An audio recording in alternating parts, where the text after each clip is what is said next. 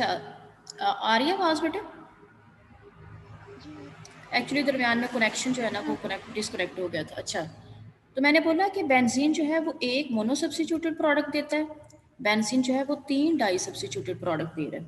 ठीक है, बेंजीन की एक सब्स्टिट्यूएंट ऐड होने के बाद बेंजीन की जो पोजीशंस हैं वो डिफरेंट हो जाती हैं।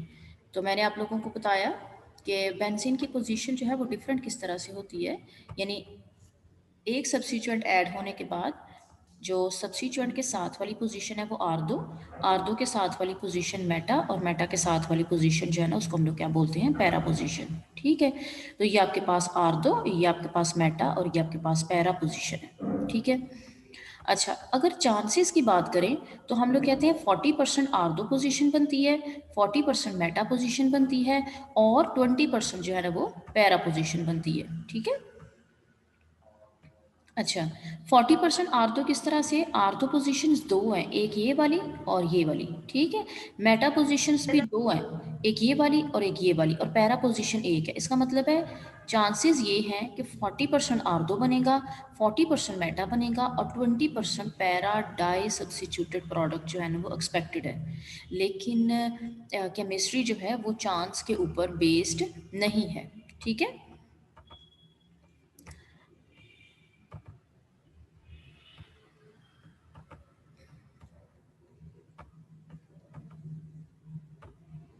अच्छा अब मेरी बात सुने आप, इस तरह से देखें कि जब कोई सब्स्टिट्यूएंट यानी कि एक सब्स्टिट्यूएंट बेंजीन के ऊपर अटैच हो जाता है ना, तो वो डायरेक्टिव इफेक्ट रखता है। यूं कह लो कि वो होस्ट की तरह बिहेव करता है। जिस तरह होस्ट की मर्जी है कि वो आने वाले गेस्ट को कहाँ पे जगह देता है, तो उसी तरह से जो ऑलरेडी प्रेजेंट सब्स्टिट्यूएंट है ना बेंजीन के ऊपर, जो मोनो सब्स्टिट्यूटेड प्रोडक्ट की मैं बात कर रही हूँ, कि जो मोनो सब्स्टिट्यूएंट था बेंजीन के ऊपर अटैच, उसकी मर्जी है कि जब हम सेकंड सब्स्टिट्यूएंट ऐड करने की कोशिश करते हैं तो पहले से मौजूद जो सब्स्टिट्यूएंट है उसकी मर्जी है कि उसने कहाँ पे उसको अटैच करवाना है।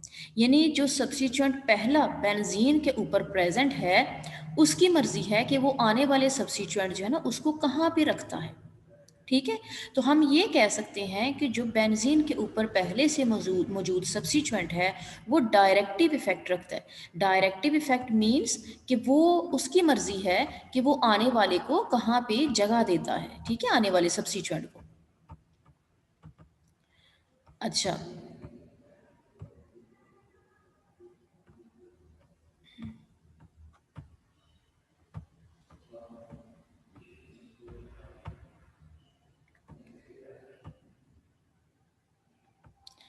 अब आपके पास ना पहला रिएक्शन नज़र आ रहा है। ठीक है, पहले रिएक्शन में क्या है कि नाइट्रोबेंजीन है। ठीक है, यानी ये एक मोनो सब्स्टिट्यूटेड प्रोडक्ट है, नाइट्रोबेंजीन। बेंजीन के ऊपर एक सब्स्टिट्यूएंट अटैच है नाइट्रो। अब मैंने इसकी की है क्लोरीनेशन। ठीक है, और क्लोरीनेशन आपको पता है, क्लोरीनेशन के लिए जो हम कैटालिस्ट इस्तेमाल करते हैं वो है FeCl3। मैंने इसकी की क्लोरीनेशन। अब जब मैंने इसकी नाइट्रोबेंजीन की क्लोरीनेशन की तो क्लोरीनेशन में ये जो Cl अटैच होना है, नाइट्रो ग्रुप ने Cl को मेटा पोजीशन के ऊपर जगह दी है। यानी नाइट्रो ग्रुप जो है उसकी मर्जी है कि वो Cl को कहाँ पे अटैच करता है। यानी नाइट्रो जो है ये डायरेक्टिव इफेक्ट रखता है। ठीक है, और नाइट्रो ने Cl को कहाँ पे डायरेक्शन दी है, मेटा पोजीशन के ऊपर। तो ये आपके पास कौन सा प्रोडक्ट बन गया, मेटा क्लोरो नाइट्रो बेंजीन। ठीक है, अब दूसरा रिएक्शन देखें। दूसरे रिएक्शन में मेरे पास था क्लोरोबेंजीन, यानी ये भी एक मोनो सब्स्टिट्यूटेड प्रोडक्ट है, क्लोरोबेंजीन।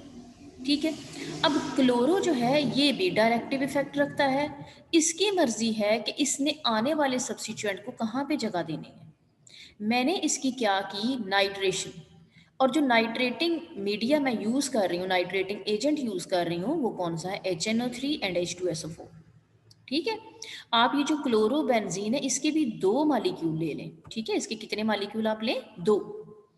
जब क्लोरोबेंजीन की मैंने नाइट्रेशन की तो नाइट्रेशन में मैंने क्या किया, क्लोरो ने एक नाइट्रो ग्रुप जो है उसको आर दो पे अटैच करवाया, और जो दूसरा नाइट्रो ग्रुप है उसको पैरा पे अटैच करवाया।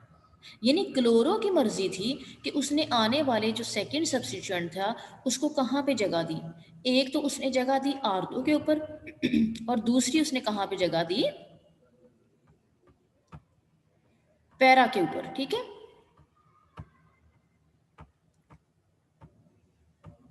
अच्छा अब देखें फाइनल, आप पहले वाले रिएक्शन में देखें फाइनल क्या है कि फाइनल जो आपके पास प्रोडक्ट आ रहा है उसमें एक नाइट्रो है और एक क्लोरो है। अगर आप दूसरा रिएक्शन देखें तो फाइनल जो आपके पास प्रोडक्ट है वो है एक Cl और एक NO2 यानी क्लोरो और नाइट्रो। अब फ़र्क क्या है, दोनों में फ़र्क क्या है? दोनों में है कि पहला जो है वो है मेटाक्लोरोनाइट्रोबेंजीन और जो दूसरा है वो क्या है, आर्दोक्लोरोनाइट्रोबेंजीन और पैराक्लोरोनाइट्रोबेंजीन। फ़र्क आया क्यों? क्योंकि पहले से मौजूद जो ग्रुप था उसकी मर्ज़ी थी कि उसने आने वाले सब्स्टिट्यूएंट को कहाँ पे जगह देनी है। अगर पहले नाइट्रो ग्रुप अटैच होता तो फिर मेटाक्लोरो नाइट्रोबेंजीन, ठीक है, और अगर आपके पास पहले क्लोरो अटैच होता, ठीक है, तो फिर जो है वो कौन सा वाला बनना था, आर्दो और पैरा। समझ आ गई है? यानी कहने का मतलब ये, इस पूरे जो मतलब वो लेक्चर है उसका कहने का मतलब ये कि जो पहले से मौजूद ग्रुप है उसकी मर्जी है कि उसने आने वाले सब्स्टिट्यूएंट को कहाँ पे जगह देनी है। ठीक है, यानी दोनों दो ही सब्स्टिट्यूएंट हम लोगों ने अटैच करवाए थे, दो ही सब्स्टिट्यूएंट हमने अटैच करवाए हैं, एक नाइट्रो और एक क्लोरो। ठीक है, इसमें भी क्लोरो और नाइट्रो, लेकिन फ़र्क कहाँ पे आ गया, उनकी पोजीशंस पे। और पोजीशंस जो है ना वो क्यों फ़र्क की हुई हैं, क्योंकि पहले से मौजूद जो ग्रुप था वो डिफरेंट थे। पहले से मौजूद इसमें जो था वो नाइट्रो था और इसमें जो था वो कौन सा था, क्लोरो। ठीक है, अब बच्चे पेपर में क्वेश्चंस किस तरह से आते हैं, यहाँ से एक इम्पॉर्टेंट क्वेश्चन बनता है। इम्पॉर्टेंट क्वेश्चन ये बनता है कि हम लोगों ने, ये आपके पास है मेटाक्लोरोनाइट्रोबेंजीन, ठीक है, जो पिछला रिएक्शन था उसमें हम लोगों ने मेटाक्लोरोनाइट्रोबेंजीन प्रिपेयर किया। पेपर में जो क्वेश्चन आता है, और ये एक्सरसाइज का भी क्वेश्चन है, वो इस तरह से आता है कि हम लोग मेटाक्लोरोनाइट्रोबेंजीन को बेंजीन से कैसे प्रिपेयर कर सकते हैं इन 2 स्टेप्स। ठीक है, यानी मेटा क्लोरो नाइट्रोबेंजीन बेंजीन से प्रिपेयर करें इन 2 स्टेप्स। तो इसका मतलब है कि पहले, चूंकि ये मेटा क्लोरो नाइट्रोबेंजीन जो है वो पहले प्रिपेयर करना है, तो इसका मतलब है पहले हम लोग, हमारे पास क्या होना चाहिए, नाइट्रोबेंजीन। फिर नाइट्रोबेंजीन जो है वो क्लोरो को मेटा पोजीशन के ऊपर अटैच करवाएगा। तो मैंने उसके लिए क्या किया, बेंजीन ली, बेंजीन की मैंने नाइट्रेशन की, नाइट्रेटिंग एजेंट HNO3 और H2SO4। ठीक है, HNO3 और H2SO4 ने क्या किया, नाइट्रोबेंजीन प्रिपेयर कर दी। ठीक है, नाइट्रोबेंजीन और साथ उसके वाटर। अब नाइट्रोबेंजीन की मैंने क्या की है, क्लोरीनेशन।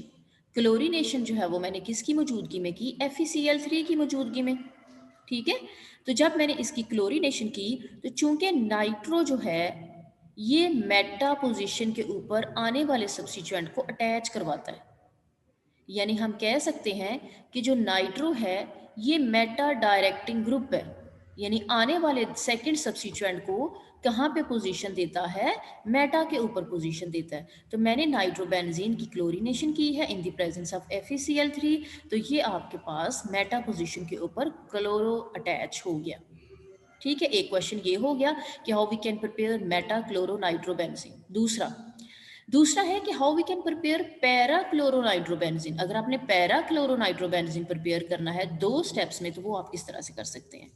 तो उसमें आप देखें कि चूंकि हमने पैरा के ऊपर क्लोरो अटैच करवाना है, ठीक है, तो मतलब फिर आप किस तरह से करेंगे, फिर आप करेंगे कि पहले क्लोरो अटैच करेंगे, क्योंकि क्लोरो जो है ये आर्थो पैरा डायरेक्टिंग ग्रुप है।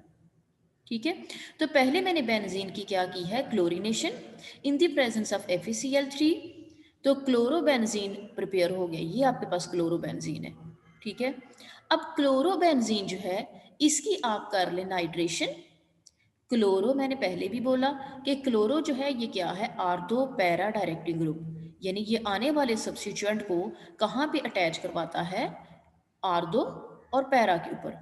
तो मैंने इसकी नाइट्रेशन की, जब मैंने इसकी नाइट्रेशन की तो एक आपके पास प्रोडक्ट आ जाता है नाइट्रो, यानी आर्दो पोजीशन के ऊपर, और दूसरा जो है वो आ जाता है आर्दो पैरा पोजीशन के ऊपर, ठीक है। और जब हम लोग इसकी नॉमेनक्लेचर करें, यानी हम इसका नाम दें, तो हम लोग इसको क्या क्या कह सकते हैं कि ये क्या है, पैरा क्लोरो नाइट्रोबेंजीन। नॉमेनक्लेचर मैं ऑलरेडी आप लोगों को बता चुकी हूँ कि वो अल्फ़ाबेटिकली जो है ना, वो हम लोगों ने इसको नेम देना है। तो ये क्या आ जाएगा, पैरा क्लोरो नाइट्रोबेंजीन, ठीक है।